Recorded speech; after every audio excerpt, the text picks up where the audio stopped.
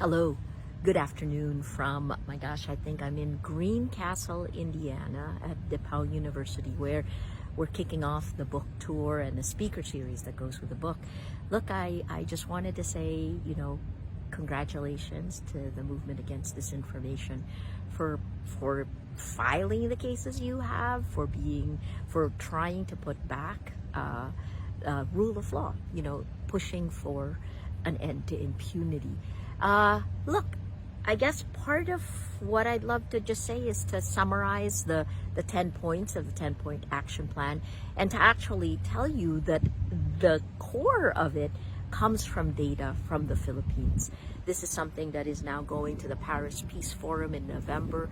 It's going to the UN as part of the Internet Governance Forum. It's something that I brought up there, and also something that we believe encapsulates what is happening in every democratic country, actually happening in every country around the world. More people around the world now live under autocracy than live under democracy. What are the 3 points? Well, first, let me define what the problem is that we were trying to solve. The core problem is that the way we think of the world, our minds are being manipulated through our emotions. And that is happening through the information ecosystem, through the social media platforms that are supposed to connect each of us. But unlike the telephone line, for example, there's actually an algorithm, the algorithm of amplification, that puts its thumb on it. And the entire incentive structure rewards the spread or the amplification of lies over facts. That's the core of the Nobel lecture that I gave last December. It is data from the Philippines that backs it. So I really want to emphasize that this is our problem. Our discovery of this began in the Philippines. So what are the 10 points, right?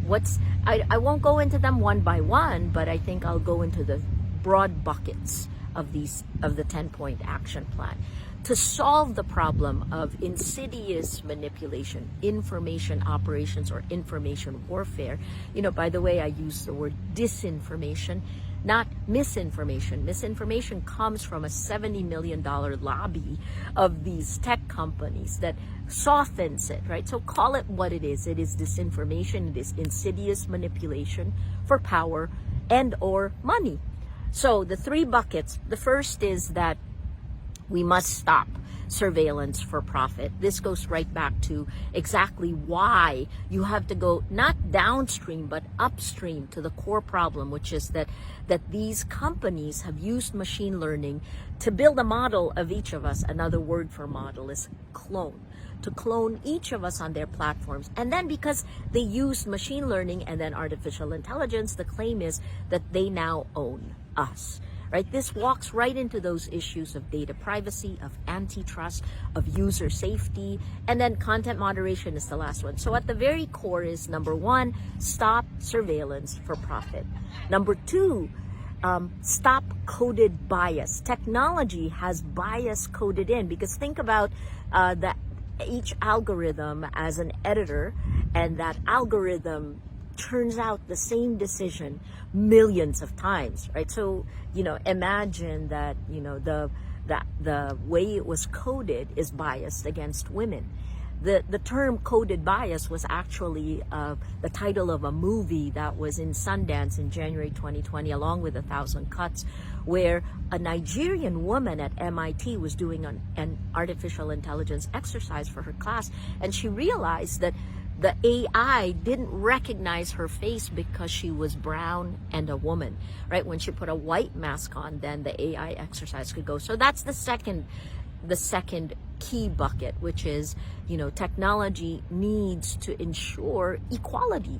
The third bucket is, you've heard me say this over and over, and journalists in the Philippines are exhausted, which was part of the reason Layer 4 in the Facts First PH pyramid that we all worked on was so much more invigorated and invigorating. So what is the third bucket? The third bucket is journalism as an antidote to tyranny. Journalists, news organizations are not supposed to have any other interest other than protecting the public sphere. We create standards and ethics manuals for that. And all of that has now been turned upside down. I wish you all luck in the next few hours, in the next 2 hours. And please know, we are watching from here. What we're trying to do is to attack the problem where it is, right? Which is, it is a global problem. We need global solutions. And then finally, we talked about this amongst ourselves, but the long-term solution obviously is education. The medium-term solution is legislation. And then finally, the short-term solution, the only short-term solution, is redefining what civic engagement, what being a citizen in the age of exponential lies, what that is like today. That's what we did with Facts First PH, and we continue to do so. The key lesson of our times: collaborate, collaborate, collaborate. Good luck to everyone. Thank you.